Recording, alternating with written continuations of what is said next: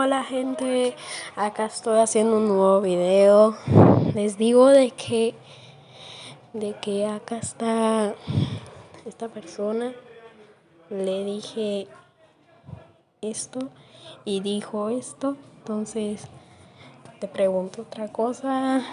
Hicimos una pequeña conversación. Solo es que no sé qué pasó con un mensaje que le envié. Con un mensaje.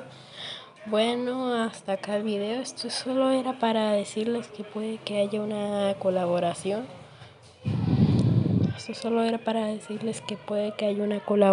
A futuro. Entonces, chao. Gente, además les quería decir algo de que esa persona, de que me suscribí al canal de YouTube de esta persona, ya que los dos somos, no carga, los dos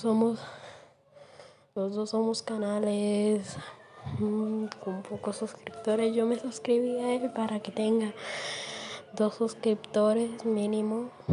Entonces, chao. Les quería decir de que